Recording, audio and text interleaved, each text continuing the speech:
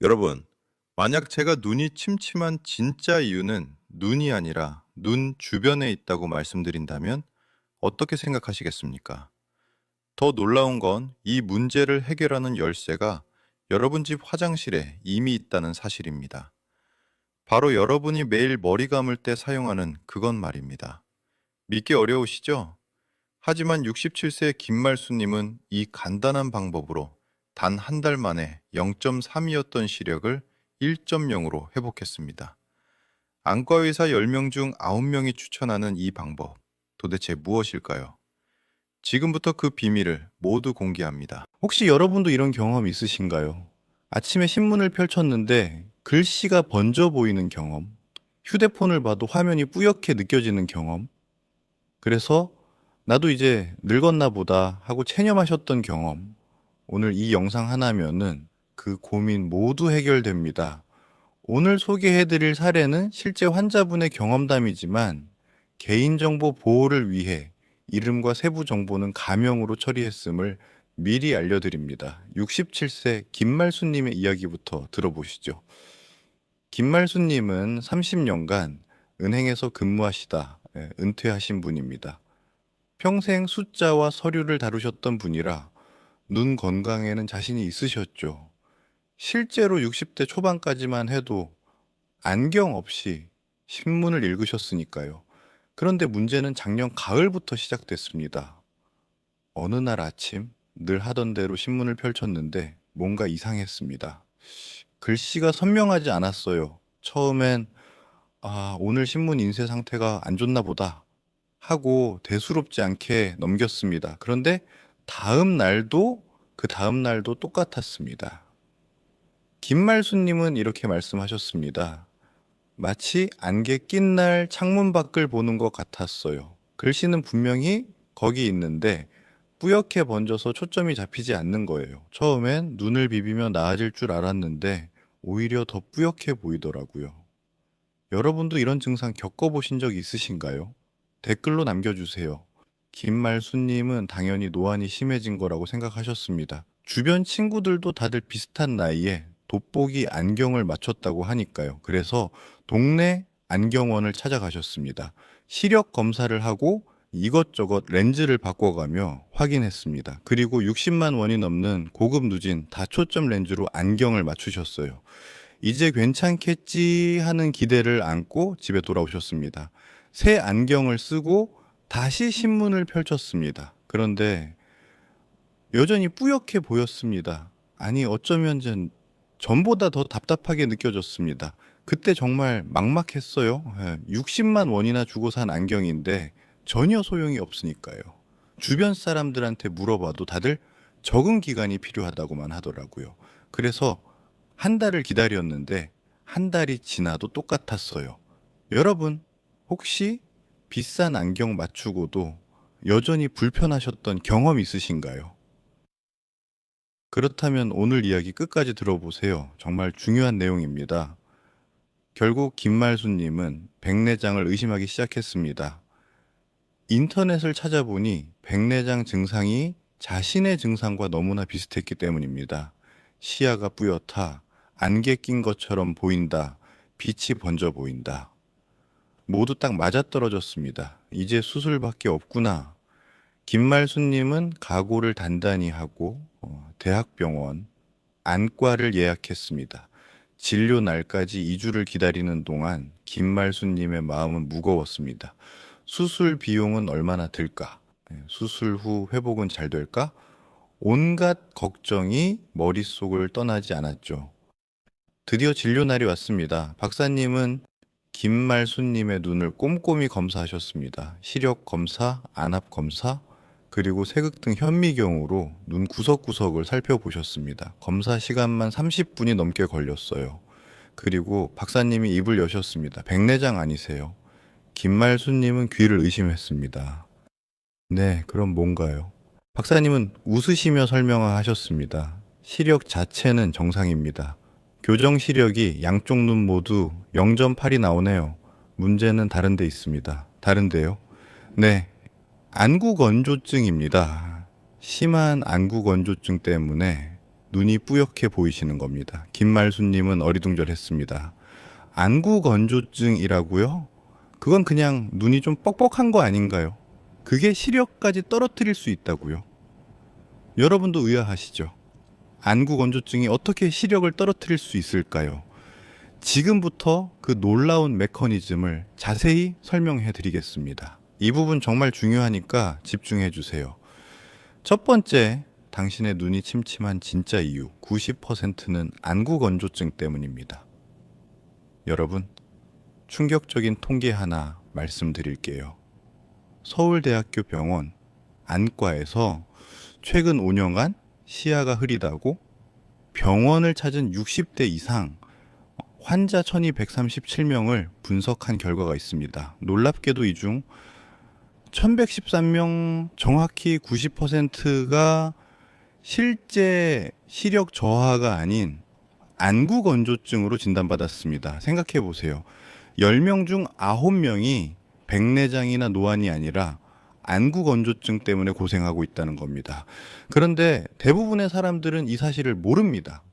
그래서 수십만 원, 때로는 수백만 원을 들여 필요 없는 안경을 맞추고 효과 없는 영양제를 사 먹고 심지어 불필요한 수술까지 고민하게 되는 거죠.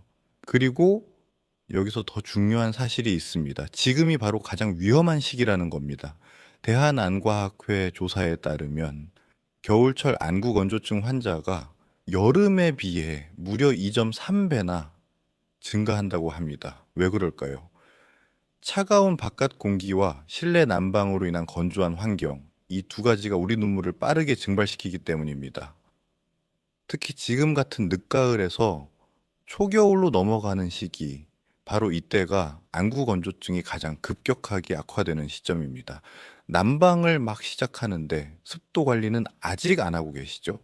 그래서 김말순 님도 작년 가을부터 증상이 시작된 겁니다. 특히 주목할 점은 이렇습니다. 백내장 수술을 받으신 분들, 노안 교정술을 받으신 분들, 라식이나 라섹 수술을 받으신 분들 중에서 수술 후 시력이 다시 나빠졌다고 느끼시는 경우 있으시죠? 그분들 대부분이 바로 안구 건조증 때문입니다. 왜 그럴까요? 이런 수술들은 각막이나 수정체에 직접 손을 대는 수술입니다. 수술 자체는 성공적이어도 회복 과정에서 눈물 분비가 일시적으로 감소하거나 눈물 성분의 변화가 생길 수 있습니다. 그 결과 안구 건조증이 발생하고 이것이 시력의 질을 떨어뜨리는 겁니다. 여기서 핵심은 이겁니다. 우리 눈의 도수 자체는 변하지 않았어요. 렌즈의 굴절력도 그대로입니다. 그런데 왜 흐릿하게 보일까요? 그건 바로 눈의 환경이 변했기 때문입니다.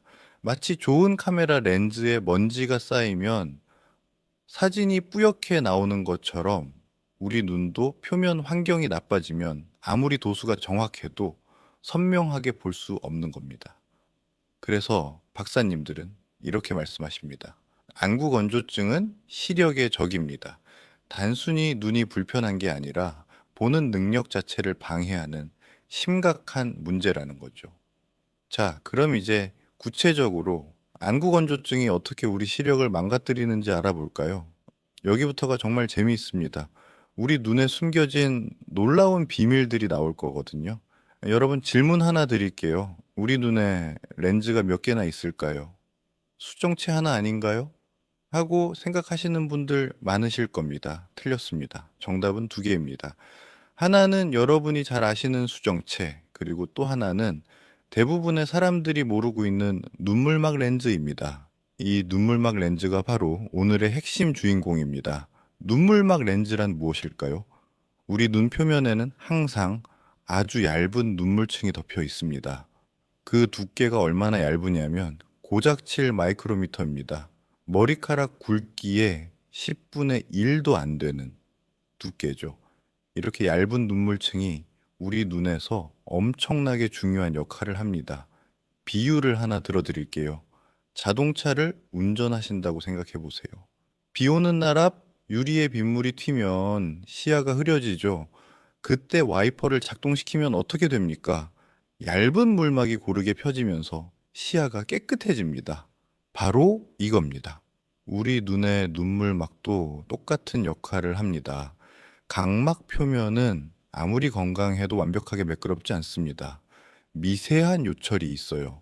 이 요철을 눈물막이 완벽하게 메워주면서 매끄러운 광학 표면을 만들어줍니다. 그래야 빛이 일정하게 굴절되면서 망막에 선명한 상을 맺을 수 있는 거죠.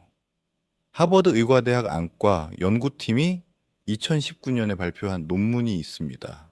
이 연구에서 눈물막의 광학적 기여도를 측정했는데요. 놀랍게도 전체 시력의 질 중에서 눈물막이 차지하는 비중이 무려 40%나 됐습니다. 거의 절반에 가까운 수치죠. 다시 말해, 아무리 수정체가 좋고 망막이 건강해도 눈물막이 망가지면 시력의 40%를 잃는다는 겁니다. 이제 이해가 되시죠? 왜 안구 건조증만으로도 시력이 0.3까지 떨어질 수 있는지. 그럼 안구 건조증이 생기면 이 눈물막이 어떤 일이 벌어질까요? 여기서부터 조금 섬뜩한 이야기가 시작됩니다. 정상적인 눈에서는 눈물막이 각막 전체를 고르게 덮고 있습니다. 마치 완벽한 보호막처럼요. 그런데 안구 건조증이 시작되면은 이 눈물막이 마르기 시작합니다. 처음에는 아주 작은 부분부터 말라요. 마치 웅덩이가 마르면서 여기저기 금이 가듯이 눈물막도 여기저기서 깨지기 시작합니다. 이렇게 눈물막에 구멍이 뚫리면 어떻게 될까요? 그 부분으로 들어오는 빛은 제대로 굴절되지 못하고 사방으로 흩어집니다. 이걸 전문 용어로 고위수차 증가라고 합니다. 쉽게 말해 없던 난시가 생기는 거예요. 여러분 중에 이런 경험 있으신 분 계신가요? 원래 난시가 없었는데 어느 날부터 갑자기 글씨가 겹쳐 보이거나 빛이 번져 보이는 경험. 그게 바로 눈물막 파괴 때문일 가능성이 큽니다.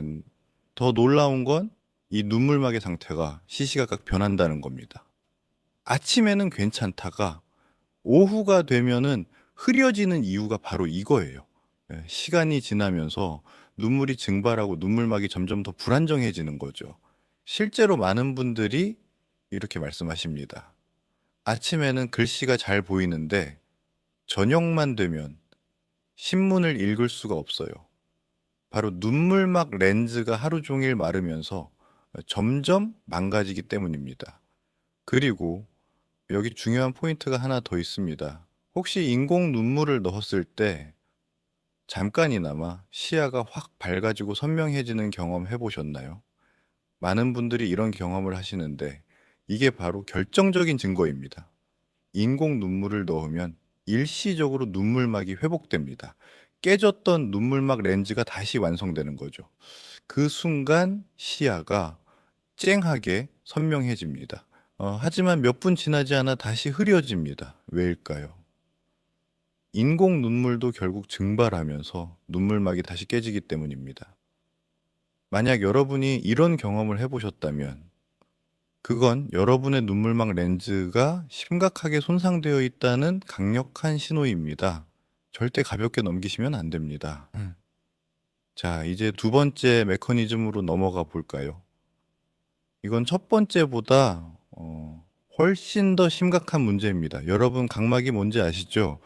우리 눈에 검은 자위를 덮고 있는 투명한 막입니다. 이 각막은 우리 몸에서 가장 민감한 조직 중 하나입니다.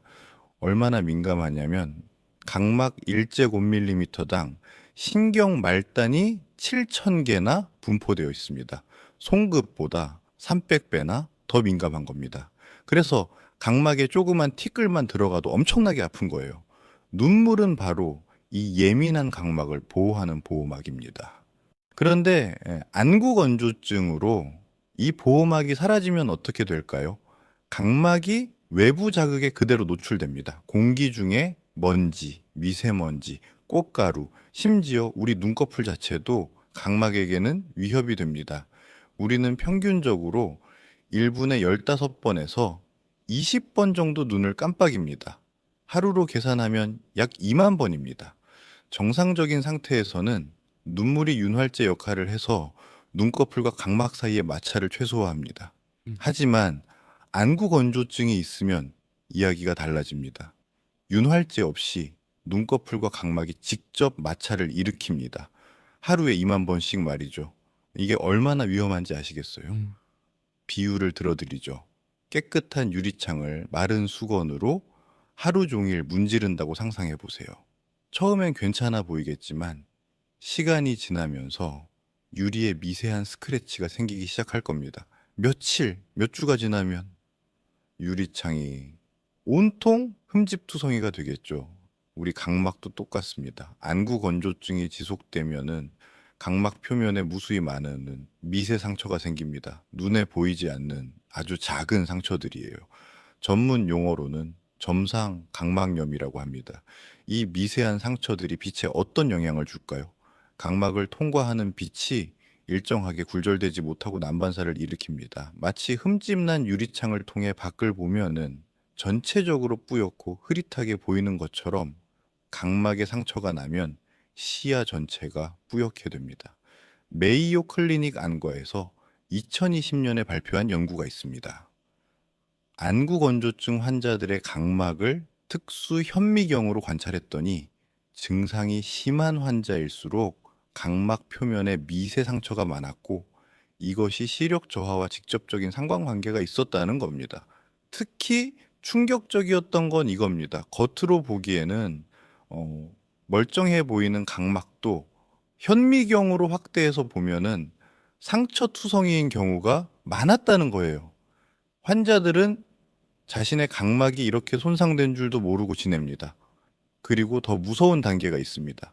상처가 더 심해지면은 각막을 덮고 있던 상피 세포가 아예 벗겨져 나갑니다.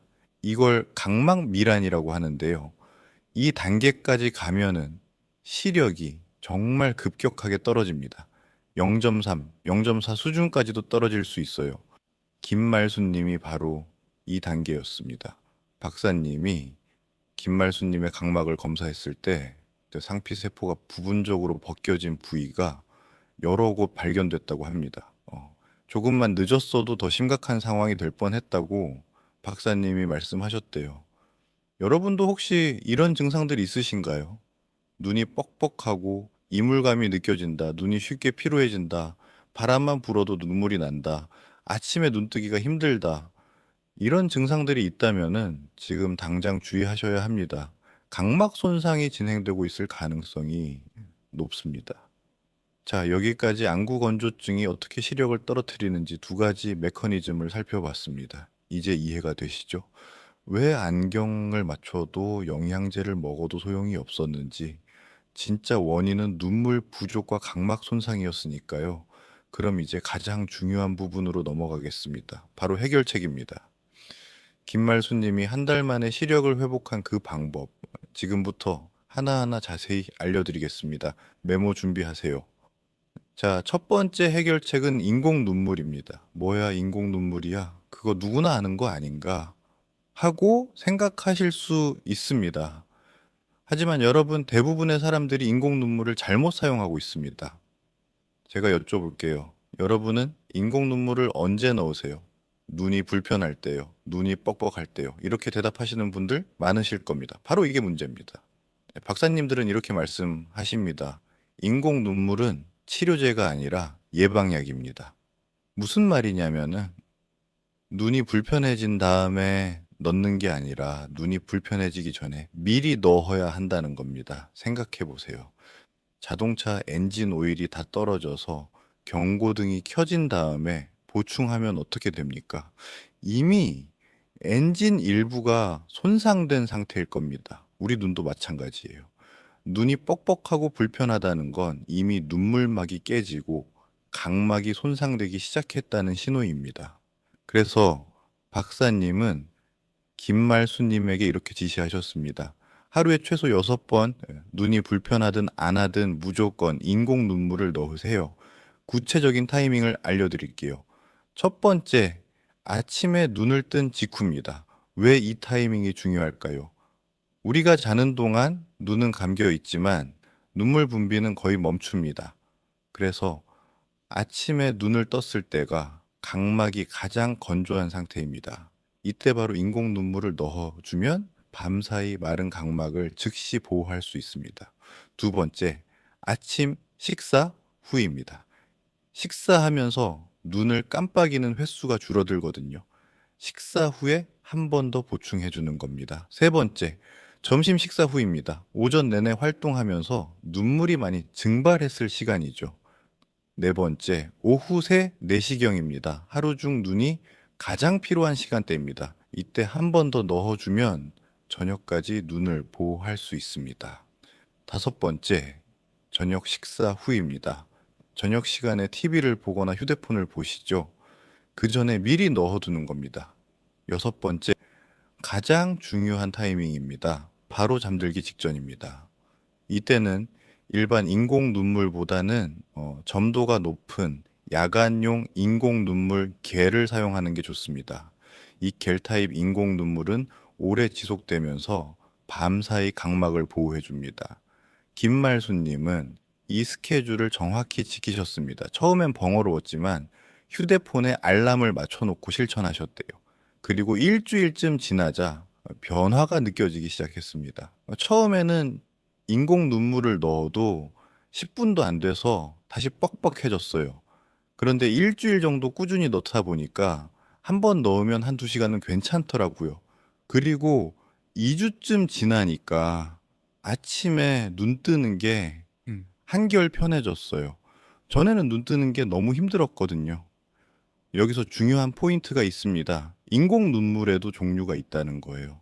크게 두 가지로 나뉩니다. 방부제가 들어간 것과 안 들어간 것. 박사님들은 하루 4회 이상 사용하신다면은 반드시 무방부제 인공 눈물을 사용하라고 강조하십니다. 방부제는 세균 오염을 막기 위해 넣는 건데 이게 자주 사용하면 오히려 각막의 독성을 일으킬 수 있습니다. 무방부제 인공 눈물은 대부분 일회용으로 나옵니다. 한번 개봉하면은 그날 안에 다 써야 하는 제품들이죠. 조금 번거롭지만 눈 건강을 위해서는 이게 훨씬 안전합니다. 그리고 또 하나, 인공 눈물을 넣는 방법도 중요합니다. 많은 분들이 그냥 눈에 똑똑 떨어뜨리고 끝내는데 제대로 하려면 이렇게 하셔야 합니다. 먼저 손을 깨끗이 씻습니다. 그 다음 고개를 뒤로 젖히고 아래 눈꺼풀을 살짝 당겨서 주머니를 만듭니다. 그 주머니에 인공 눈물 한 방울을 떨어뜨립니다. 한 방울이면 충분합니다. 너무 많이 넣으면 오히려 흘러내려서 소용없어요. 그리고 눈을 감고 1, 2분 정도 가만히 있습니다. 이때 눈을 깜빡이지 마세요. 깜빡이면 인공 눈물이 눈물관을 통해 코로 빠져나가 버립니다. 그냥 눈을 감고 가만히 있으면은 인공 눈물이 각막 전체에 고르게 퍼집니다. 이 간단한 방법만 제대로 지켜도 인공 눈물의 효과가 두세 배는 좋아집니다. 네. 자, 이제 두 번째 해결책으로 넘어가 볼까요? 바로 오메가3입니다.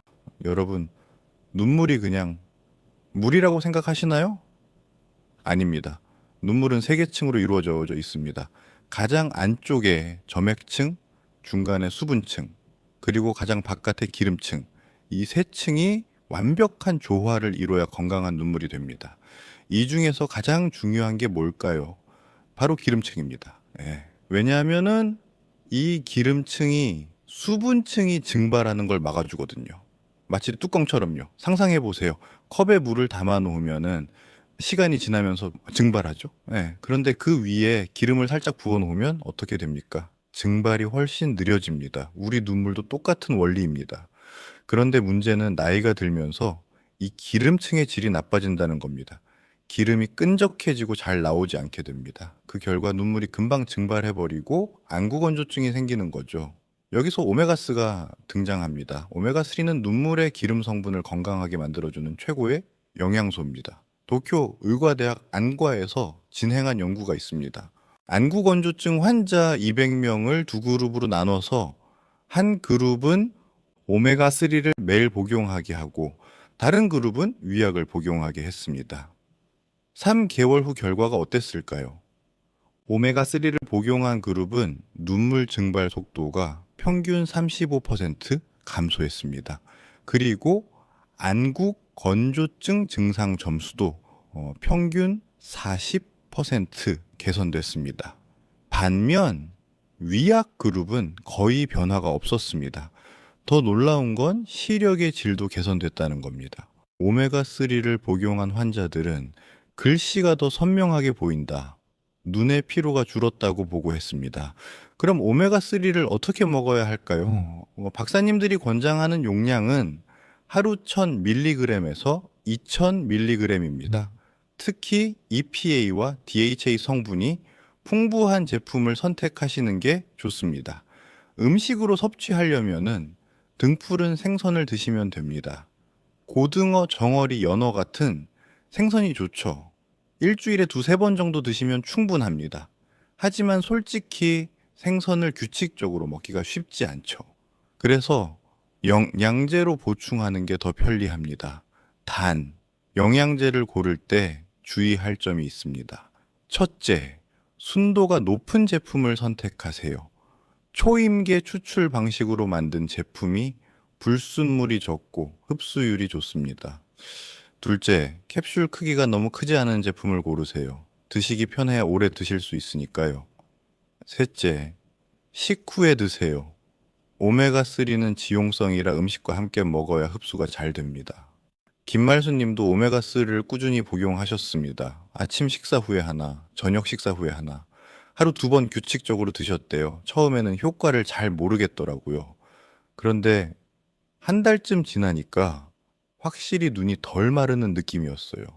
전에는 오후만 되면 눈이 뻑뻑해서 계속 인공 눈물을 넣어야 했는데 오메가3를 먹으니까 그 횟수가 확 줄었어요. 중요한 건 꾸준함입니다. 오메가3는 단기간에 효과가 나타나는 게 아닙니다. 최소 4주, 길게는 2개월에서 3개월은 복용해야 확실한 효과를 느낄 수 있습니다. 그러니 조급해하지 마시고 꾸준히 드세요. 자, 이제 마지막 해결책입니다. 이게 사실 가장 중요하면서도 가장 많이 간과되는 방법입니다. 바로 눈꺼풀 청소입니다. 처음 영상 시작할 때 제가 뭐라고 했죠? 여러분, 집 화장실에 이미 해답이 있다고 했습니다. 바로 이겁니다. 샴푸로 눈꺼풀을 닦는 거예요. 눈꺼풀을 샴푸로 닦는다고요? 그게 말이 돼요? 하시는 분들 계실 겁니다. 네, 말이 됩니다. 그것도 아주 과학적인 근거가 있는 방법입니다. 조금 전에 말씀드렸죠. 눈물의 기름층이 중요하다고. 이 기름이 어디서 나올까요? 바로 눈꺼풀 가장자리에 있는 마이봄샘이라는 작은 기름샘에서 나옵니다. 위 눈꺼풀에 약 2530개, 아래 눈꺼풀에 약 2025개, 총 50개 정도의 마이봄샘이 있습니다. 이 작은 샘들이 눈을 깜빡일 때마다 기름을 조금씩 분비해서 눈물층을 덮어주는 겁니다. 그런데 문제가 뭐냐면 이 기름샘의 입구가 막히는 경우가 정말 많습니다. 특히 50대 이후부터는 거의 대부분의 사람들이 부분적으로 막혀 있다고 봐야 합니다. 왜 막힐까요? 여러 가지 이유가 있습니다. 첫째, 나이가 들면서 기름 자체가 끈적해집니다. 마치 오래된 기계 기름이 굳는 것처럼요. 둘째, 눈꺼풀 가장자리에 쌓이는 각질과 노폐물이 입구를 막습니다. 셋째, 여성분들의 경우 눈 화장, 특히 아이라이너나 마스카라가 샘 입구를 막을 수 있습니다. 마이봄 샘이 막히면 어떻게 될까요? 아무리 눈물이 충분해도 기름층이 형성되지 않습니다. 그 결과 눈물이 금방 증발하고 안구건조증이 생기는 거죠. 서울 아산병원 안과에서 안구건조증 환자 500명을 검사했더니 85%가 마이봄샘 기능 장애를 가지고 있었습니다. 10명 중 8명에서 9명이에요. 엄청난 비율이죠. 그래서 박사님들은 입을 모아 말씀하십니다. 안구건조증 치료의 핵심은 마이봄샘 관리입니다. 아무리 인공 눈물을 넣고 오메가3를 먹어도 마이봄샘이 막혀 있으면은 근본적인 해결이 안 된다는 겁니다. 그러면 어떻게 관리해야 할까요? 바로 눈꺼풀 청소입니다. 방법은 정말 간단합니다. 아침, 저녁 세수할 때 눈꺼풀을 닦아주면 됩니다. 구체적인 방법을 알려드릴게요. 첫 번째 단계, 온찜질입니다. 먼저 따뜻한 물에 수건을 적셔서 눈 위에 올려놓습니다. 온도는 40도에서 45도 정도가 적당합니다. 너무 뜨거우면 화상을 입을 수 있으니 주의하세요. 이 상태로 5분 정도 유지합니다. 왜 온찜질이 필요할까요? 열이 굳어있던 기름을 녹여주기 때문입니다. 막혀있던 마이봄샘의 기름이 열을 받으면 액체 상태로 변하면서 배출이 쉬워집니다. 두 번째 단계, 눈꺼풀 마사지입니다.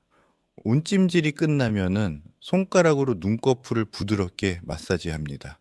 위 눈꺼풀은 위에서 아래로, 아래 눈꺼풀은 아래에서 위로 쓸어내리듯 마사지합니다. 이렇게 하면은 녹아있던 기름이 샘 밖으로 배출됩니다. 세 번째 단계, 눈꺼풀 청소입니다. 이제 샴푸를 조금 손에 묻혀서 거품을 냅니다. 아기 샴푸나 순한 샴푸를 사용하시는 게 좋습니다. 그리고 눈을 감은 상태에서 속눈썹이 난 부위를 부드럽게 문질러 닦습니다. 눈에 샴푸가 들어가면 어떡하죠? 걱정하실 수 있습니다. 물론 조심해야 하지만 눈을 감고 속눈썹 부위만 닦으면은 샴푸가 눈 안으로 들어갈 일은 거의 없습니다. 만약 들어가도 깨끗이 헹구면 됩니다. 네 번째 단계, 깨끗이 헹구기입니다. 눈을 감은 상태에서 미지근한 물로 샴푸를 완전히 씻어냅니다. 이때도 눈 안으로 물이 들어가지 않도록 조심하세요. 이 네 단계를 아침, 저녁 하루 2번씩 하시면 됩니다. 처음엔 귀찮을 수 있지만 익숙해지면 5분도 안 걸립니다. 김말수님은 이 방법을 매일 실천하셨습니다. 특히 저녁 샤워할 때는 꼭 빠뜨리지 않고 하셨대요. 처음 일주일은 솔직히 효과를 못 느꼈어요. 그런데 2주쯤 지나니까 눈꺼풀이 한결 가벼워지는 느낌이 들더라고요. 전에는 눈꺼풀이 무겁고 뻐근했는데 그게 사라졌어요. 그리고 3주쯤 지나니까 확실히 눈이 덜 마르는 게 느껴졌어요. 실제로 박사님이 한 달 후 재검사를 했을 때 김말수님의 마이봄샘에서 기름이 다시 정상적으로 분비되고 있었다고 합니다. 그리고 각막 표면의 상처도 대부분 회복되어 있었고요. 여기서 추가 팁을 하나 더 드릴게요. 시중에 눈꺼풀 청소용 제품들이 나와 있습니다. 눈꺼풀 전용 클렌저, 눈꺼풀 세정 티슈 같은 것들이죠. 샴푸 사용이 불안하시다면 이런 전용 제품을 사용하셔도 좋습니다. 또 하나, 눈 화장을 하시는 여성분들께 특히 당부드립니다. 저녁에 화장을 지울 때 눈꺼풀 가장자리까지 꼼꼼히 닦아주세요. 아이라이너나 마스카라 잔여물이 남아있으면 마이봄샘을 막을 수 있습니다. 모든 것을 종합하면, 자, 지금까지 3가지 해결책을 알려드렸습니다. 인공 눈물 자주 넣기, 오메가3 꾸준히 먹기, 그리고 눈꺼풀 깨끗이 닦기. 이 3가지를 동시에 실천하는 게 핵심입니다. 왜 동시에 해야 할까요? 각각의 방법이 서로 다른 측면에서 안구 건조증을 해결하기 때문입니다. 인공 눈물은 당장 부족한 눈물을 보충해 줍니다. 즉각적인 효과가 있죠. 오메가3는 우리 몸이 만드는 눈물의 질을 개선합니다. 중장기적인 효과입니다. 눈꺼풀 청소는 눈물을 만드는 시스템 자체를 정상화합니다. 근본적인 해결책이죠. 이 3가지가 맞물려 돌아가야 최상의 결과를 얻을 수 있습니다. 김말수님은 박사님의 지시를 정확히 따르셨습니다. 하루도 빠짐없이 3가지를 모두 실천하셨어요. 그리고 한 달 후 다시 병원을 찾았을 때 놀라운 결과를 확인할 수 있었습니다. 박사님이 시력 검사를 하시는데 제가 글씨가 다 보이는 거예요. 한 달 전에는 흐릿해서 잘 안 보이던 글씨들이 선명하게 보였어요. 측정 결과 양쪽 눈 모두 1점이 나왔습니다. 박사님도 놀라셨어요. 이렇게 빨리 회복되는 경우는 드물다고 하시더라고요. 김말수님은 지금도 3가지 습관을 계속 유지하고 계십니다. 이제는 습관이 되어서 하루라도 안 하면 뭔가 불안해요. 그리고 무엇보다 다시 신문을 읽을 수 있게 되어서 너무 행복합니다. 여러분도 할 수 있습니다. 특별한 재능이 필요한 것도 아니고 비싼 돈이 드는 것도 아닙니다. 필요한 건 딱 한 가지, 꾸준함입니다. 오늘 당장 시작하세요.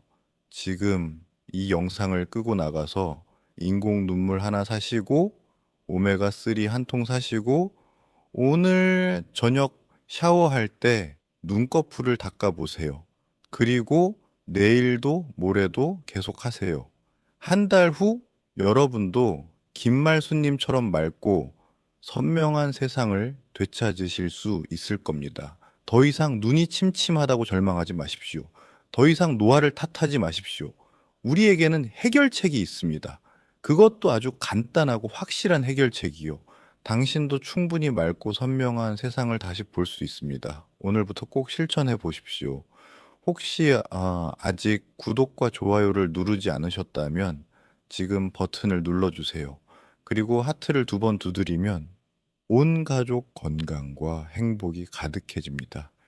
댓글로 여러분의 눈 건강 이야기도 들려주세요. 어떤 증상이 있으신지, 오늘 영상이 도움이 되셨는지 궁금합니다. 그리고 주변에 눈이 침침하다고 고생하시는 분들이 계시다면 이 영상을 꼭 공유해 주세요. 여러분의 작은 관심이 누군가의 삶을 바꿀 수 있습니다. 감사합니다. 건강한 눈으로 밝은 세상 보시길 바랍니다.